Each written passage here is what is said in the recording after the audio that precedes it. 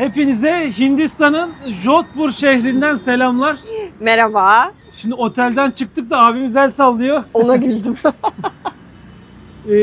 Tren istasyonuna gidip 4,5 saatlik yolculukla nereye gidiyorduk? Jaipur'a. Jaipur'a gideceğiz. Hindistan gezimiz bomba gibi geçiyor. Harika. Yemeklerine alıştık, karnımız doyuyor, yüzümüz gülüyor. Evet. İnsanlarına bayıldım. Evet, yani anlatacak çok şey var. Tabii şimdi bu ara videolarda her konuya değinmiyoruz. Ama gezi sonrasında bir Hindistan rehber videosu gelir. Orada bu konulara daha fazla değineceğiz. Evet, onları uzun uzun anlatmak istiyorum gerçekten. İnsanları çok başka. Bakın Ya gel gitmiyorlar. ya seni Hadi. yiyeceğim. Biz Ağlayacağım. şimdi istasyona bir gidelim. Tren konusuna da biraz istasyonda değiniriz.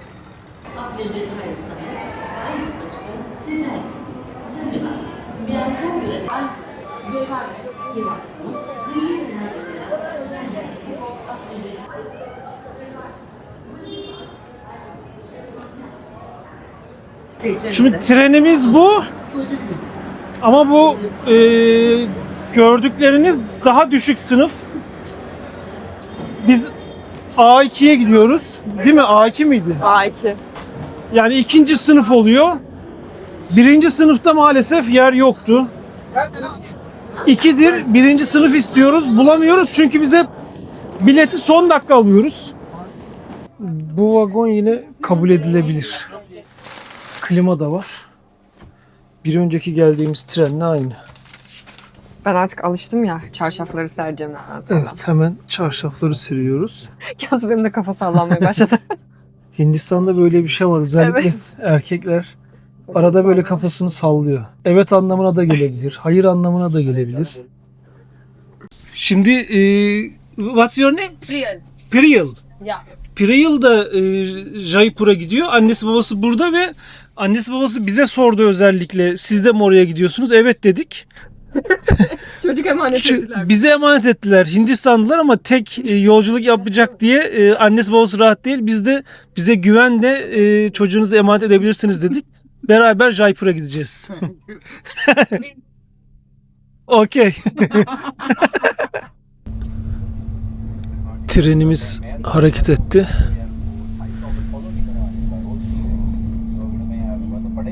Çocuk bize emanet. Sağ salim gideceğiz inşallah. Kendimize çok sahip çıkıyorduk. Bir de artı birle gidiyoruz. Bu perdeleri çektik. Üst katlara da henüz gelen olmadı. Böyle yata yata rahat rahat gidiyoruz. Gece 1'de geldik.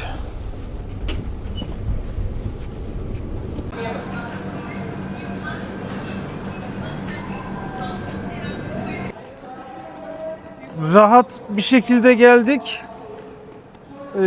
Vagon tabi biraz şeydi. Böcekliydi bu sefer. Bu sefer çok huylandım. Maalesef biraz öyleydi. Olabiliyor artık. Yapacak çok bir şey yok. Bakın böyle tuktukçular var. Hemen dedi benim tuktuk var. Nereye gidersin? Otelin ismini söyledik. $1 götürecek.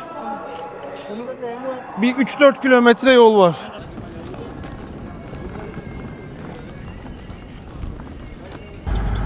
Ömrümüz tuktukta geçti be.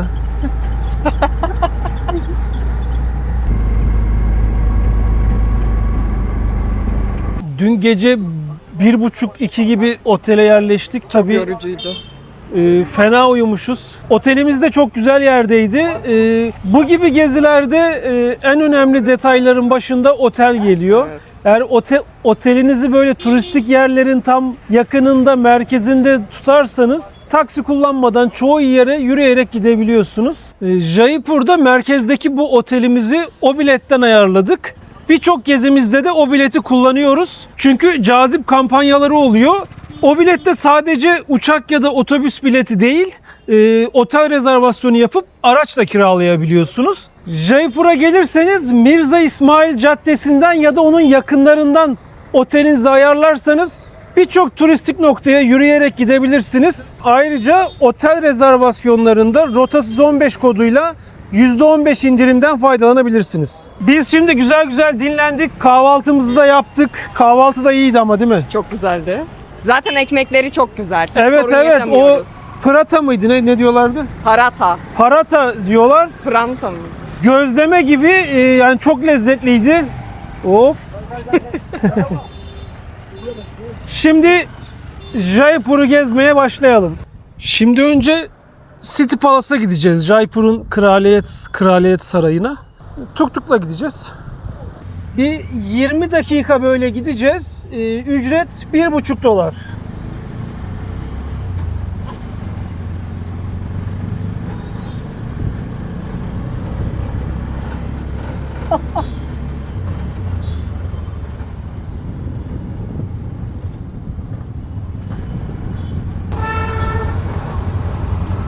Biz aslında şu an tersten gidiyoruz.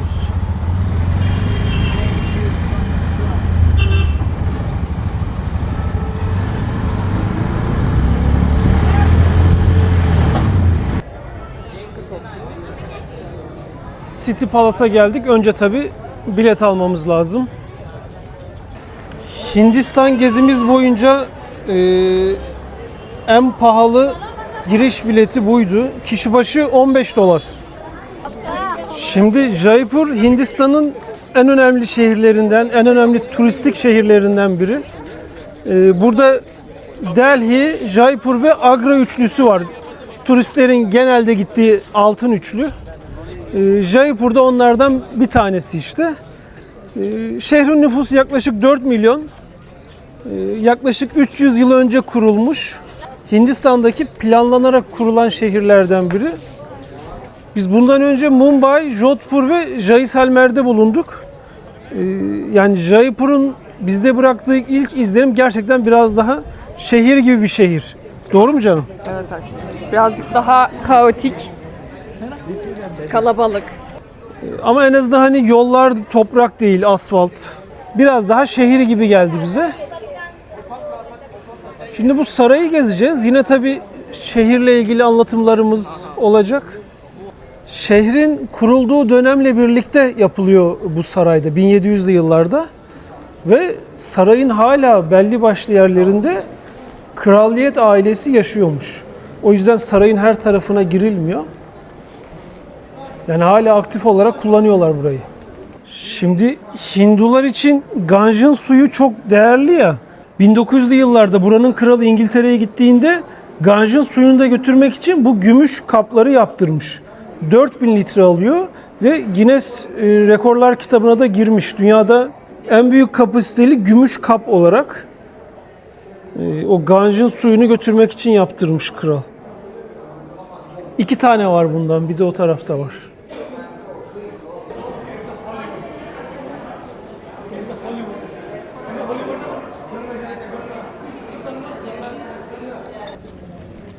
Pritham Nivas avlusuna geldik. Buranın en belki de önemli yerlerinden biri. Burada 4 tane kapı var. 1, 2 tane de arkada. Hepsi böyle işlemeli, farklı renkte. 4'ü 4 mevsimi temsil ediyor, simgeliyor. Şimdi Hindularda farklı farklı tanrılar var ya, bu her kapıda bir tanrıya adanmış.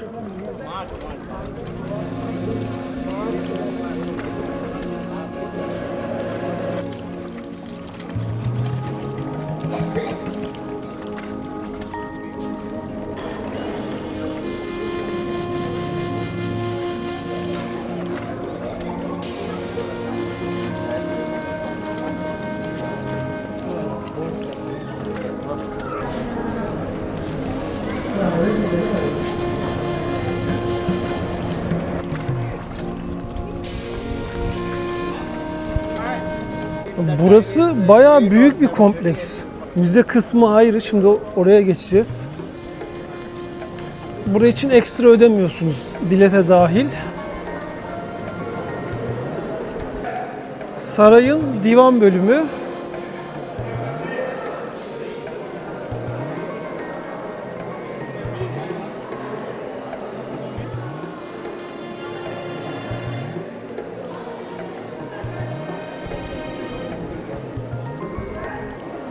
Yani tüm tablolarda bu Erkeklerin giydikleri transparan.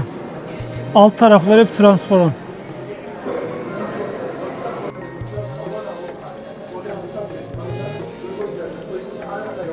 Yani bakın ne kadar ince ince işlenmiş. Bizde işte bu gezilerde böyle hediyelik eşya satılan, el sanatı satılan yerlere gittiğimizde böyle ince işçilikli şeyler arıyoruz.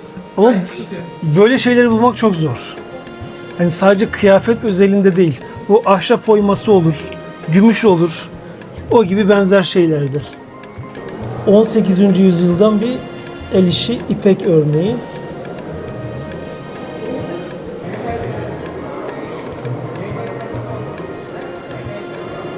Şimdi bu gümüşten yapılma taşıyıcılar fillerin üzerine konuluyormuş. İkinci Elizabeth 1961 yılında bu saraya, City Palace'a geldiğinde bunlarla giriş yapmış. Tekstil bölümündeyiz. Bakın şimdi bu arkadaki kıyafet kaftan gibi bir şey. Bunun bir benzerini Jodhpur'da da gördük ama hani herhalde abartılı diye düşünmüştük. Ama gerçekmiş. Önceki krallardan biri 250 kilogram ağırlığındaymış. Bakın onun pijaması da böyle. Hani inanması güç ama bu bildiğiniz pijama. Yani bu çok ciddi bir kilo problemi varmış muhtemelen. Bu Jaipur'a has özelliklerden biri de bu kumaşların üzerine baskı yapılıyor. Nasıl yapılıyor? Bakın şu damgalar var ya. Onu önce boyaya ya da işte mürekkebe her neyse ona değdirip bandırıp kumaşın üstüne böyle tek tek dokunduruyorlar.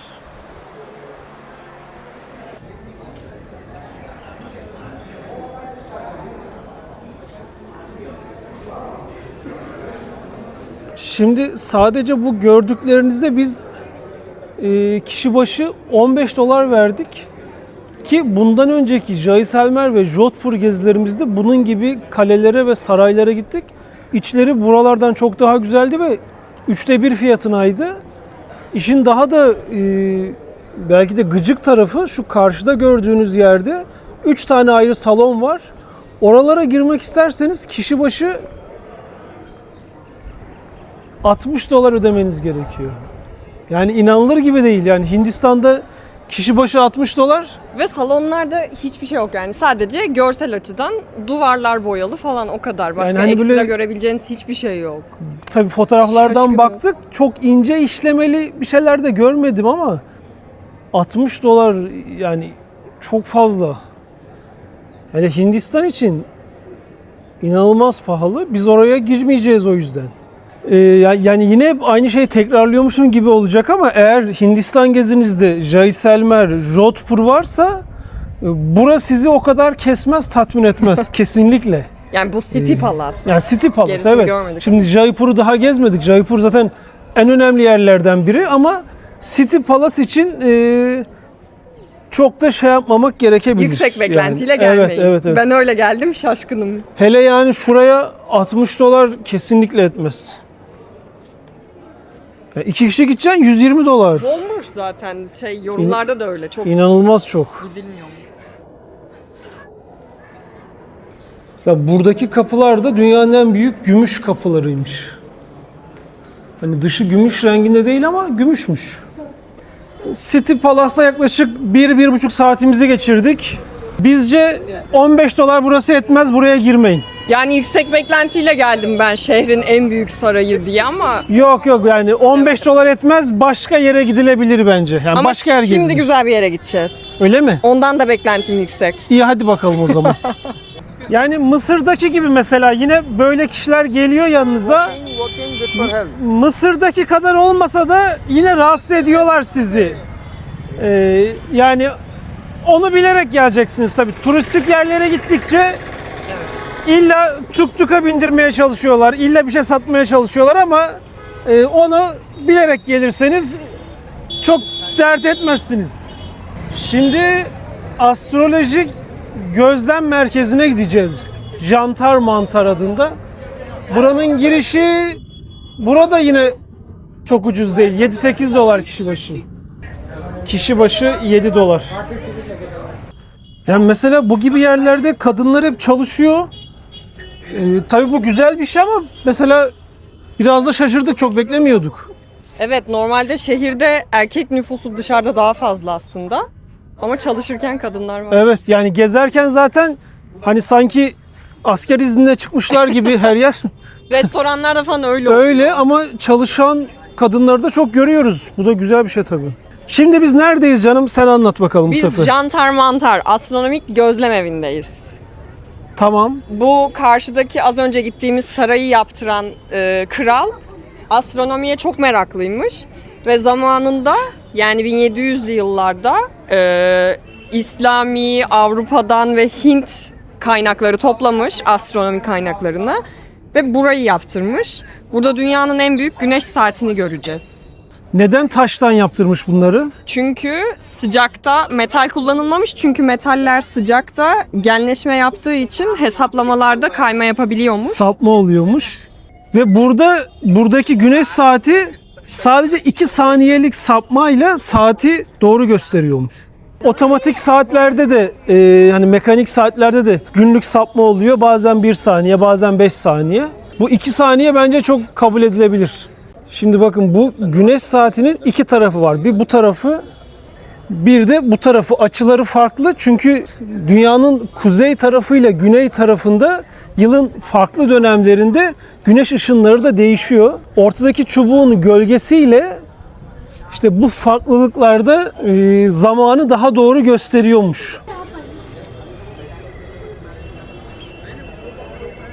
Kenarda da dereceler var. Hava kararınca ya da gece kuzey yönünü tam tespit edebilmek için şu alanı yapmışlar, inşa etmişler. Kutup yıldızını buradan buluyorlarmış ve onu referans alarak gökyüzünü inceliyorlarmış. Bu gördüğünüz alan, hatta biraz önce gittiğimiz saray 1700'lü yıllarda yapılmış. Zaten dediğimiz gibi şehir de 1700'lü yıllarda kuruluyor. Burası UNESCO Dünya Mirasları listesinde de yer alıyor. Şimdi bakın, buradaki karışık mekanizmayla da gezegenlerin konumunu ve açılarını tespit edebiliyorlarmış. Bakın, yine 2 tane birbirine benzer yapı var. İkisinin de işlevi aynı. Ama niye 2 tane var? Şundan sebep. Şimdi bu ortadaki direk sayesinde yine aynı şekilde yıldızların ve gezegenlerin yüksekliğini, açısını ölçebiliyorlarmış. Bakın, burada tek tek dereceleri gösteren çizgiler olduğunu anlıyoruz. Ama bazen vuran gölgeyi bu sütunlar engellerse o zaman hop diğer yapıyla ölçümleri yapıyorlarmış. Gerçekten şaşırtıcı ya. Hayda, birden karşıdaki maymunları gördük.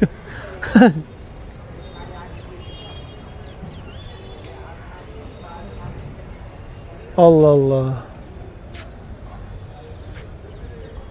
Şimdi maymunlara çok yaklaşmayın ve göz göze gelmeyin de hep denir. Önceki gezilerimizden de bunu biliyoruz. O yüzden böyle kedi sever gibi çok yaklaşmıyoruz. Siz de yaklaşmayın, hele yiyecek vermeyin deriz.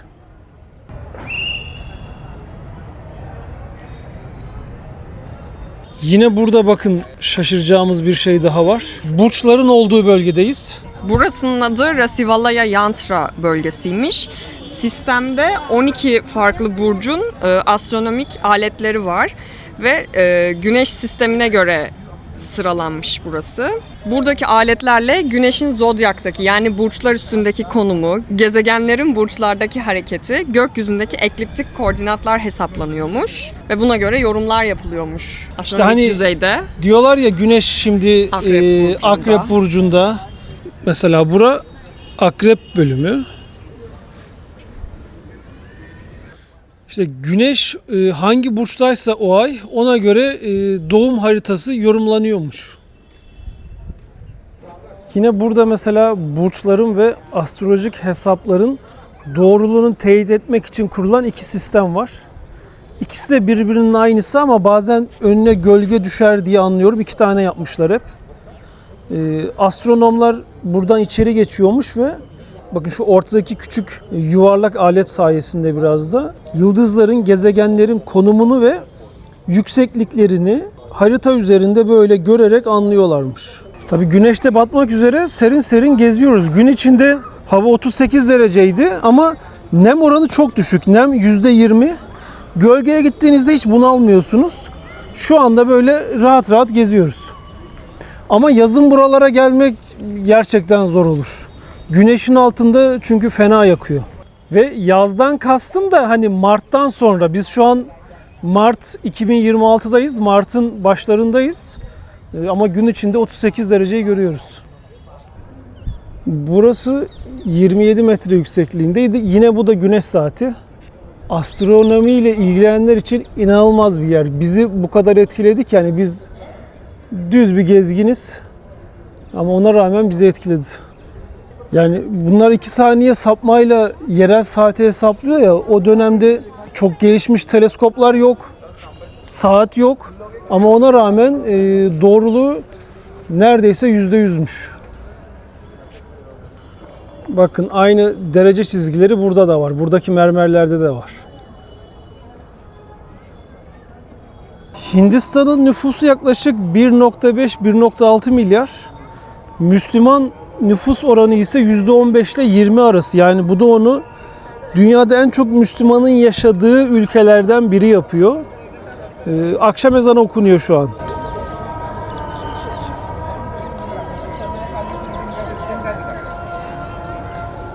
Yani astronomik gözlem evini biz sevdik.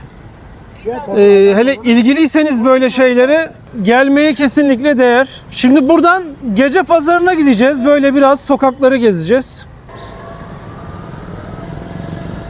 Mesela hani detaylı çekmiyorum ama mesela karşıdaki abi gibi sokağa tuvaletini yapanları görmek normal. Burası bir de düşünün şehir sarayının hemen dibi. Hatta sarayın duvarı. Şimdi karşıya geçmemiz gerekiyor ama mesela yaya geçidi var. Demirle, bariyerlerle kapanmış. Böyle geçiyoruz.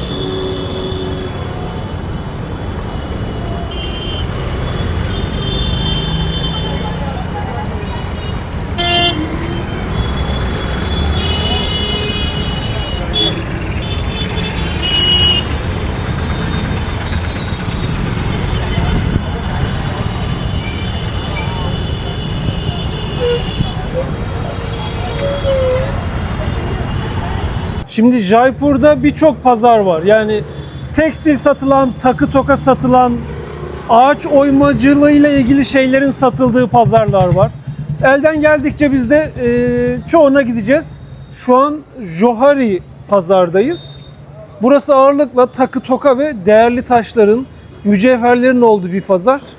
Jaipur bu konuda da ünlü çünkü dünyada değerli taş kesmeciliği atölyelerinin en büyükleri buradaymış. Jaipur'da biraz bununla ünlü. Bakacağız dükkanlarda neler var.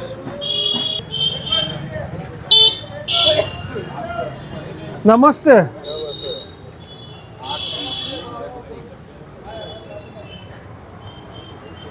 Abimiz boncukları diziyor, artık ondan kolye mi yapacak? Yani burada şimdi taşlar dizilmiş şekilde böyle satılıyor. Ama tabii ne derece değerli, ne derece gerçek, doğru onu tam bilemiyoruz. Bu pazar tabii çok böyle albenili gelmedi bize ama biraz daha bir şansımızı zorlayacağız. Bakın şimdi böyle vitrinden bakınca sanki boncuk gibi geliyor ama aslında değil. Kimisi safir, kimisi yeşim taşı, kimisi lapis. Tabii çok anlayamadığımız için yorumlayamıyoruz. İçeri gireceğiz mesela ama ayakkabıları dışarıda bırakıyoruz. Namaste. Şimdi mesela bir tanesini sorduk. Burada sarı safir var, işte pembe safir var, farklı taşlar var.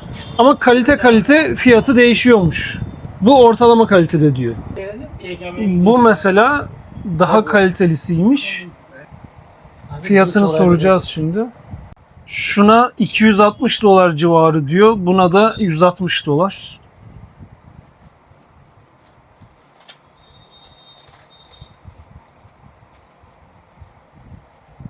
Şu mesela yaklaşık 400 dolar ama bunları böyle parça olarak da alıp farklı renklerde kendiniz de yapıp tasarlayabilirsiniz eğer beceriniz varsa. Dükkanlar hep benzer şekilde.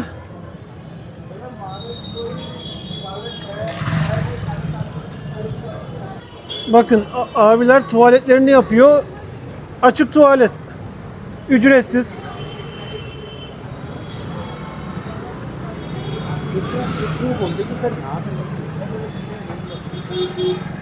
Şimdi Hindistan'la ilgili Instagram'dan aktüel paylaşımlar yapıyoruz. Suyu nereden buluyorsunuz, nasıl yemek yiyorsunuz gibi şeyler geliyor hep. Yani kapalı su her yerde var. Her yerde market, büfe var. Yani çok düzgün restoranlar, oteller var. Her yer çer çöp değil ki burada. Hindistan için öyle bir algı var ki sanki çöplüğe gidiyorsun, çöplükte yatıyorsun, çöplükte yiyorsun gibi. Alakası yok. Biz 5 gündür hep iyi kötü yerel şeyleri yiyoruz. Yani Allah'a şükür hiç mideyi de bozmadık. Ama suları hep böyle kapalı alıyoruz.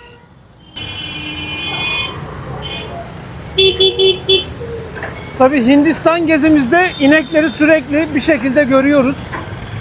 Önceki videoda söyledik ama burada yine söyleyeyim. Hindular ineğe tapmıyor. İneği kutsal görüyorlar. Süt verdiği için, bereketli olduğu için onu anaç görüyorlar ve zarar vermiyorlar. Bu gibi hayvanlara da zarar vermiyorlar. Hani ineğe tapma diye bir şey yok. Onları besliyorlar, sokak köşelerine böyle yiyecek bırakıyorlar. Yani aslında bir anlamda sokak kedisi gibiler. Yürüyerek diğer ünlü pazarlardan birine geldik, Bapu'ya.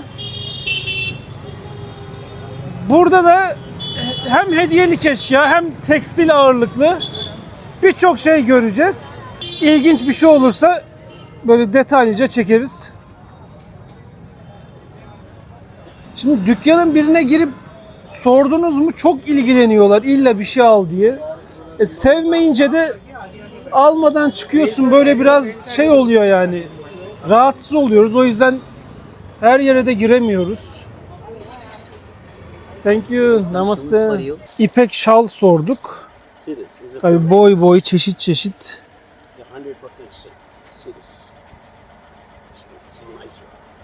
%100 diyor da tabii çok emin olamıyoruz ister istemez. Abimiz çok uğraştı. Aslında almayacaktık ama diyorum ya, yani adamı çok uğraştırdık. Şu sarıyı alacağız. Yani 3 tane şal aldık. Adam allem etti, kullem etti, sattı bizi ama biz de beğenerek aldık. Şimdi doğruya doğru. Pazar o kadar büyük ki yani böyle her sokağını, her dükkanını göreyim demen çok zor. Yalnız şu an göz yakan bir hava kirliliği var. Gerçekten geniziniz, boğazınız yanıyor. Trafik lambası kalp şeklinde yanıyor.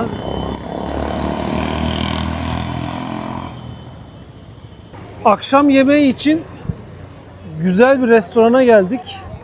Bildiğimiz bir yer. Nereden biliyoruz? Çünkü şu Dosaka'ya buradan önceki şehirlerden birinde gitmiştik. Çok sevmiştik. Burada da şubesi var. Akşam yemeğine buradayız. Küçük lahmacun gibi düşünün. İçinde sebzeler var. Kimisinde peynir var. Soslara banıp yiyorsunuz. Çok güzel, çok lezzetli. Mesela maden suyu istedik ama açık geliyor. Yani bunu içmeyeceğiz. Her zaman kapalı içmek iyi Hindistan'da. Çok güzel ya. İlk yediğimizde de çok beğenmiştik. Çok lezzetli. Bir de soğuk içecek olsa daha güzel olacak ama o maalesef yok. Şimdi bu restoranın başka şubesinde 3 gün önce de yedik ve midemize hiçbir şey olmadı. Çok şükür. Tekrar görünce gelelim dedik çünkü güzel restoran olsa da bazen mide bozulabilir. Yani bizim Hindistan'daki 6. günümüz. Hala bir şey olmadı. Evet, şükür sorunsuzca devam ediyoruz. İnşallah da böyle devam eder. Yani Hindistan'a gelirseniz bu dosayı kesinlikle deneyin deriz. Şimdi önceden biz şehirlerden tek video yapıyorduk. Yani tek videoda şehri komple anlatalım diye ama video çok uzun oluyor o zaman. Evet. 1,5 saati buluyor.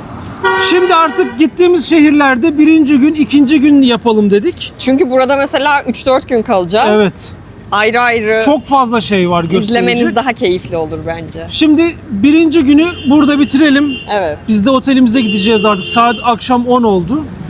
Ne diyelim? Sonraki videoda... Yarın görüşürüz. Yani şehirle ilgili yorum yapacağız ama Daha erken. evet daha erken. Ama Hindistan bizim için açımızdan çok pozitif gidiyor. Evet. Beklentimizin üzerinde. Sonraki videolarda görüşmek üzere.